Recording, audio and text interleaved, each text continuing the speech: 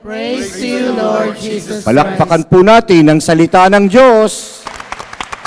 At magsiupo kayo sandali. The peace of the Holy Family.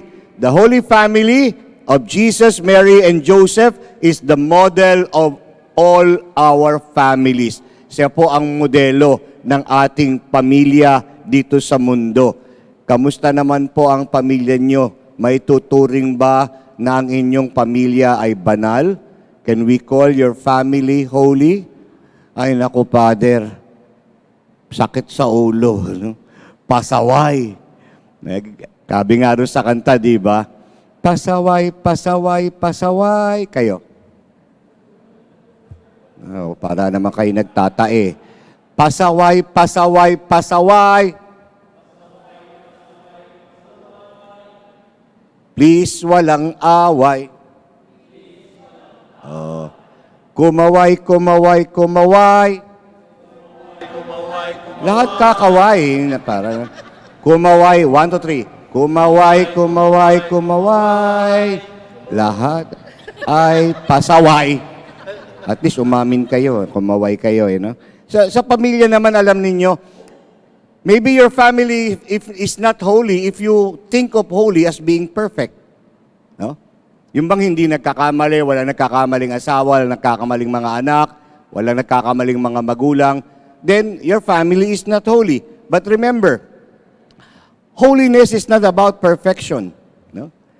Sa buhay natin, meron tayong mga nagagawang pagkakamali. As long as we keep the covenant that we had nung kinasal kayo, naalala pa ba ninyo yung sumpaan? Sabi sa isang salmo, the Lord remembers His covenant forever. Do you still remember your covenant in forming a family? Sariwain natin, ulitin ninyo pagkatapos ko. Grant us, O Lord, to be one heart and one soul from this day forward, for better, for worse, for richer, for poorer, in sickness and in health, until death do us part. Palakpakan natin ang bagong kasal. Yan ang inyong isinumpa. Hindi kayo nagpakasal sa isang perpektong tao. There are no such things as perfect husband, perfect wife, or even perfect children. Sa simula, alam naman ninyo na ang nagpakasal kayo hindi sa perpektong lalaki. Yung mga kinakasal ko nga, itsura pala ng mga lalaki, mukhang hindi magpapahuli ng buhay. Asa pa kayo? Yung mga babae naman, kahit kaaamo ng mga muka, may tinatago ding sikreto yun. Masarap lang yan sa umpisa. Pag nagliligawan, may mga patimsong-timsong. Yung mga mag-steady, timsong niya mga yan, purihin ang Panginoon. Pag kinakasal na, papuri sa Diyos. After honeymoon, hallelujah. After 10 years magsama, Panginoon, maawa ka. After another 10 years, kunin mo, O Diyos. Nagbabago ang panahon, may nagiging pasaway. Pero hindi ibig sabihin hindi na pwedeng maging banal. A family may not be perfect, but they can still be holy. Kung tayo lamang ay tapat sa sumpa na ating ipinahayag nung kayo ay nagpakasal. Di ba, pag nagliligawan, very gentleman, tatawid sa kalsada, sabihin ng lalaki, sweetheart, wag ka dyan, dito ka. Bakit? Para pag masagasaan ako muna.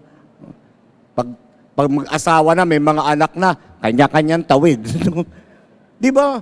May mga pagbabago, may nagiging pasaway. Nung nag-uumpisa kayo, masakit ang ulo ko. Han, halika, hihilutin kita. Pag lumipas ang mga taon, sakit ng ulo ko, bumili ka ng gamot.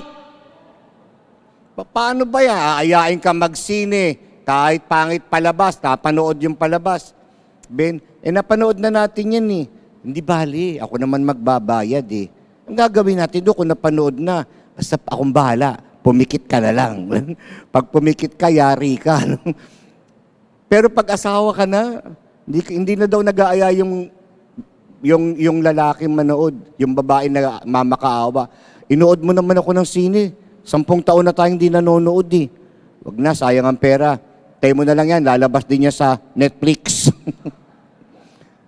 Ang masaklap pa dyan, hindi ka na nga inaaya, yung kasambahay inaaya. Inday, nood tayo sine. Kamay kay mama.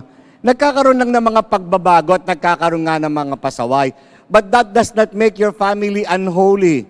No, hindi ito because holiness is not about perfection. Alam niyo, magandang balita, sabi ni St. Francis, the family is God's good news to us. Ang pamilya, ang mabuting balita sa atin ng Diyos. Not because we are perfect, but because we continue to follow the covenant that we express and to always learn to forgive one another. Faithfulness is not about perfection. Holiness is not about perfection. It is about constancy in getting up every time you fall. In life, we are allowed to fall. Sino bang hindi matutumba dito? Lahat naman tayo may tinatagong sikreto. Yang katabi ninyo nga, kahit mukhang matino yan, tsaka member ng St. Peter Community, pataas-taas pa ng kamay. May tinatago din yan. Pakisabi sa katabi, alam ko may sikreto ka. 1, 2, 3. Anong sabi? Lalo ka na. Pati kayo, Father, lalo kami. Baka pagpunta nyo nga sa impyerno, unan nyo pa akong makita. Si Father Bong nasa impyerno din? Kay Mingay, nagpapahinga si Bishop. Sino yung maingay? Sabi ni Bishop. Mga member po ng St. Peter Community, Bishop, maingay. Sabi mo, wag maingay. Natutulog pa si Cardinal. Malay nyo, bakit? Hindi naman kami liligtas sa mga sinusuot namin dito tsaka mga pinagsasabi sa altar. Salvation is not about what we say, what we think, or how we feel. It is only about what we do. Sa gawa naman tayo huhusgahan ng ating Panginoon. Remember, your family is God's good news. Not because they are perfect, but because they know how to forgive.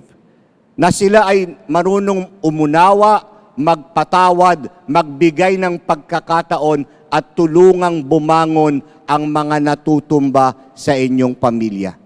Remember, your family may not be holy, may not be perfect, but your family can still be holy. Sa buhay natin sa ating pamilya, appreciate them. Not only for their strength, but most especially for their weakness. No, sa kanilang kahinaan, dahil lahat naman tayo sa pamilya ay nagkukulang at nagkakamali. Your family, mga nangyayari sa pamilya, mga pasaway, tatay, nanay, minsan pati biyenan, dinadamay.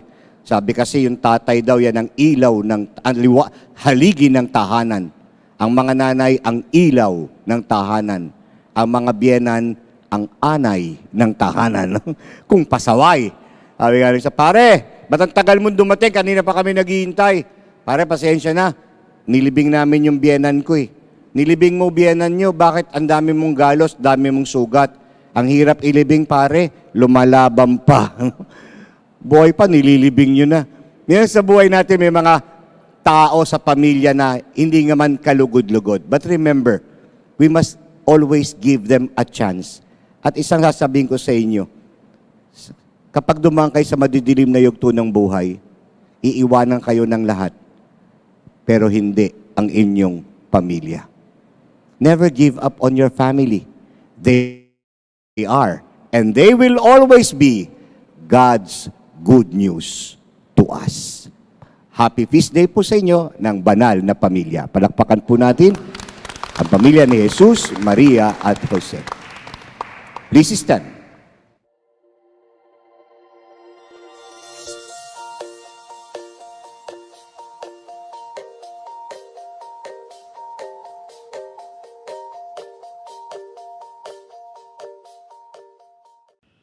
God is good all the time. Thank you for joining us today. View our past broadcasts on our Facebook page, St. Peter Community and subscribe our YouTube channel, like, share, and hit the bell.